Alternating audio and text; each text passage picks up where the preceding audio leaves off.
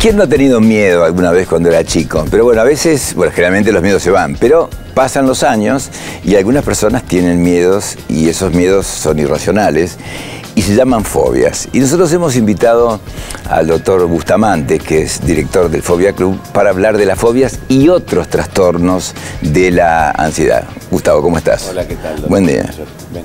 Bueno, vamos a pasar algunas placas explicando un poco. ¿Cómo no? ¿Qué son las fobias? A ver, tenemos la próxima plaquita. Bueno, la fobia lo que tiene la característica es que es un temor irracional, persistente, desproporcionado. Es un miedo ilógico, la gente no lo está esperando, no es un miedo que tenga que ver con una situación específica. No hay una amenaza concreta. No hay una amenaza. Y puede ser a un objeto, a una situación, pero también a un animal. Ajá. Las más frecuentes que vemos es a los animales. Vamos a ver las próximas placas, donde tenemos algunas de las... Bueno, es claro que la predisposición genética en esto manda, ¿no? No se tiene fobia a cualquier cosa, hay cierta limitación a ciertas fobias, pero además el contexto familiar, los estresores... Vos has dividido como si fueran tres partes, una parte genética, otra parte de la familia y otra parte el factor desencadenante. Exacto, porque las tres formas se tienen que sostener para que ocurra realmente la patología. La patología.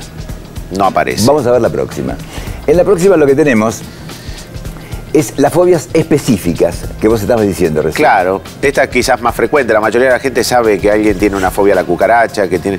No es solamente el temor, es el temor que se asocia al asco en general con el tema de los animales. Sí. A veces a sacarse sangre. Pero acá tenemos cucarachas, ratas, arañas, víboras. Hay al perro, al gato. Plumas, pelos. Partes del animal. Claro. Y en otros casos las sustancias, por ejemplo, a la sangre, al contacto con la saliva. En otros casos puede ser a situaciones, por ejemplo, el tema de las tormentas, las inundaciones, el volar en avión. El volar en avión. Eso es una fobia específica. Creo que tenemos otras también.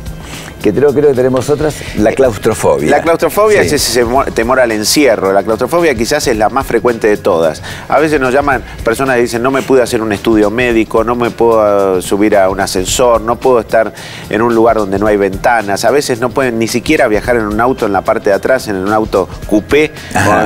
Porque le falta la puerta. Porque le falta la puerta, no se puede escapar, se siente encerrado. Le cuesta hasta ponerse una polera a veces a un paciente que tiene claustrofobia. Hasta ponerse una polera. Cualquier porque siente que en ese momento de ahogo. A ver la próxima. En la próxima tenemos la agorafobia. Bueno, la agorafobia aparece frecuentemente después de que una persona sufrió ataques de pánico. ¿Y qué es? Es el temor a alejarse de su casa, de su domicilio, caminar solo, de estar en un medio de transporte solo. Esto le genera dificultades. No puede estar en un restaurante, no puede estar en un supermercado. Siempre necesita escaparse. ¿Dónde se siente cómodo y seguro? En su casa. ¿Quiénes son las que más tienen agorafobia? Las mujeres. ¿Y se sabe por qué? En general, una labilidad biológica a la reactividad al miedo. Son más sensibles a la ansiedad. Sensibles al temor. Sí. La próxima.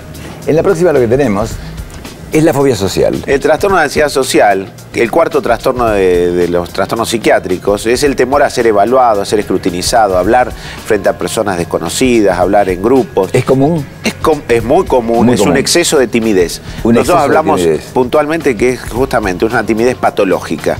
¿Por qué? Porque la persona no termina nunca de adaptarse, ni a los grupos, ni a las situaciones de exposición. ¿La timidez cómo la definís? A ver, como algo normal, donde la persona tiene que ambientarse, tiene que habituarse, es la primera vez en algo, le cuesta, tiene alguna sensación física, se sonroja, pero no lo inhibe y le permite el desempeño. En cambio, esto ya agrava la situación, genera realmente una inhibición comportamental y la persona pierde el total desempeño. Hay personas que ni siquiera pueden hablar con los familiares. Ya no es en una cosa pública, no dar una conferencia. Les cuesta a veces la reunión de fin de año, ahora que viene fin de año, se juntan los familiares, no pueden entablar una comunicación con un tío, con un familiar que conoce de toda la vida. La próxima. En la próxima lo que tenemos... Bueno, el trastorno de ansiedad generalizada, quizás la vedette del último tiempo, que tiene que ver justamente con una preocupación excesiva, constante, que hace que la persona esté inquieta, que le falte concentración, que esté cansado. ¿De qué se preocupa?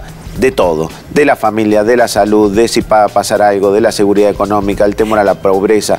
Tiene lo que nosotros llamamos pensamientos automáticos negativos. Siempre está pensando que algo malo va a ocurrir.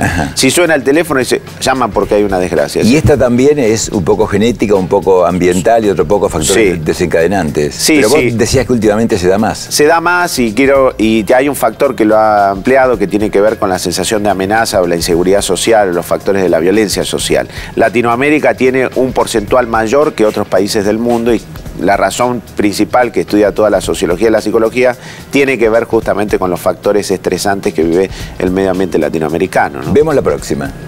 En la próxima lo que tenemos Es el TOC. Quizás es viejísimo, muy conocido. Son el las de la película de Mejor Imposible. Mejor Imposible, que esa la vio medio mundo. Es buenísima la representación. Sí. Bueno, ¿qué pasa? Hay una parte que es la obsesión. La idea persistente de la persona no se la puede quitar de su mente. Y por el otro lado, realiza ciertos actos, ciertas compulsiones para reducir esa ansiedad. La más frecuente es las personas que se lavan, las personas que ordenan, las que controlan, las que verifican la llave de gas, la llave de puerta de casa, si apagaron la luz. Está el otro que no quiere tocar nada, que necesita llegar a su casa y lavarse 300, 400 veces, echarse la bandera. En la película él tenía todas. Tenía todas. Saltaba las baldosas, ordenaba. No llevaba sus cubiertos al restaurante, no quería compartir situaciones donde existiera otra gente que le podía contagiar alguna enfermedad. Durmiendo con el enemigo también. Durmiendo en el enemigo, que controla el baño, controla... Las toallas, ¿cómo tiene que ser? Simetría. La simetría, tiene que ser todo simétrico. Todo simétrico. ¿Por qué? Porque piensa que si no está simétrico algo malo va a pasar. Ajá. Va a ocurrir una desgracia, se va a morir un familiar, entonces ellos se sienten responsables de eso.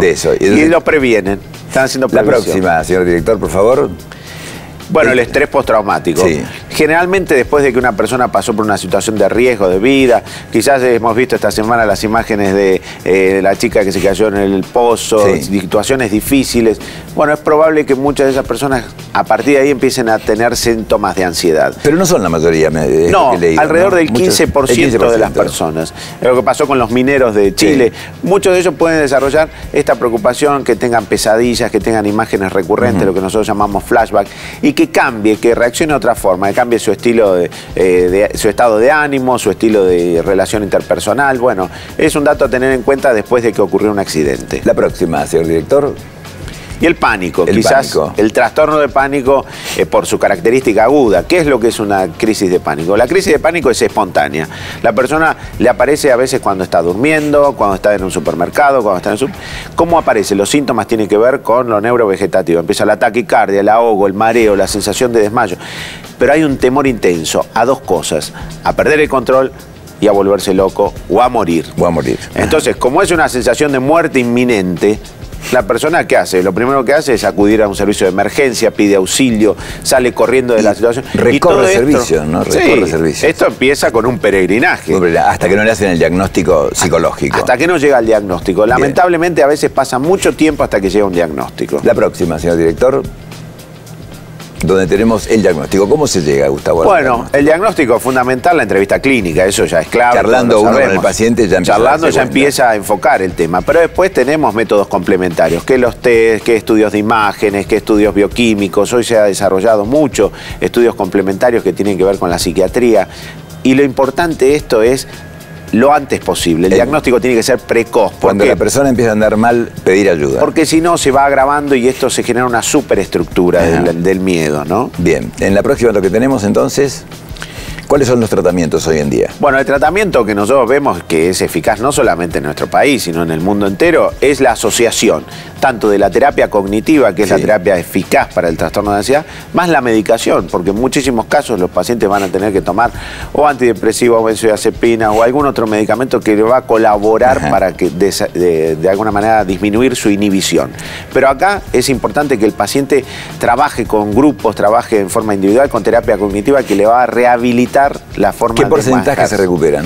Alrededor del 85%. Es muy alto. No tratarse es una picardía. Es una picardía en los tiempos que corren, sí. La próxima placa, lo que tenemos son charlas informativas gratuitas y abiertas a toda la comunidad. Trastorno de ansiedad, pánico y fobias. Sí, nosotros todas las semanas, hace 15 años que venimos desarrollando la tarea de divulgación. ¿Por qué? Porque creemos que justamente como la placa nos muestra, los chicos, la gente joven, que lo detecte lo más tempranamente posible para no tener un trastorno que le limite la calidad de vida. Las fobias en sí o el pánico en sí no mata, lo que sí arruina la calidad de la vida y la mayoría de las veces termina asociada a depresión. Tenemos la última frase de cierre, señor director, que dice: no hace falta conocer el peligro para tener miedo. De hecho, los peligros desconocidos son los que inspiran más temor. Eso es lo que decía Alejandro Dumas.